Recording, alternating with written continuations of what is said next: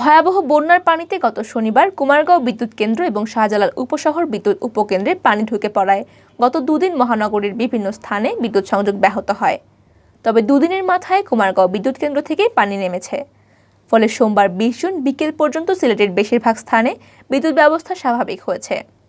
এছাড়া রোববার 19 জুন শাহজালাল উপশহরের বিদ্যুৎ উপকেন্দ্রে অস্থায়ী বাদ দিয়ে সঞ্চালন উপযোগী করা হয়েছে। সোমবার বিকেলে এক বিজ্ঞপ্তির মাধ্যমে এসব তথ্য জানিয়েছে সিলেট সিটি কর্পোরেশন সিসিক।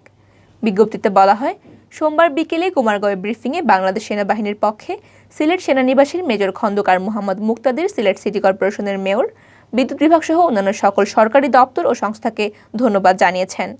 ব্রিফিংয়ে সিসিক মেয়র আরিফুল হক চৌধুরী বলেন, প্রাকৃতিক বিপর্যয় বন্যার এই বিপদে যদি বিদ্যুৎ সরবরাহ বন্ধ হয়ে যেত তবে আমরা নগরবাসী আরেকটি মহা সংকটের মধ্যে পড়ে যেতাম। আমাদের যোগাযোগ ব্যবস্থা ভেঙে পড়ত, কেউ কারো কোনো খোঁজ খবর নিতে পারতাম না। পানিবন্দী মানুষ সহ নগরের দুর্ভোগ বেড়ে যেত অনেকাংশে।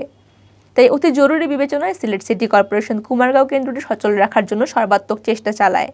এই চেষ্টায় সিলেটের সকল প্রশাসন, দপ্তর, সংস্থা সহ বাংলাদেশ সেনাবাহিনীর প্রশংসনীয় ভূমিকা পালন করেছে।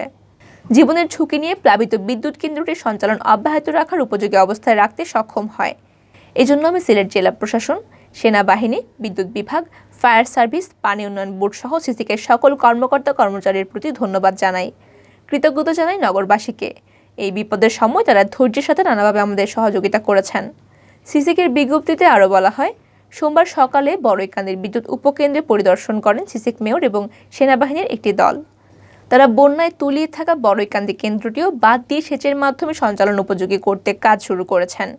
সিসিক মেয়র বলেন, আশা করি মঙ্গলবার এটিও চালু করা সম্ভব হবে।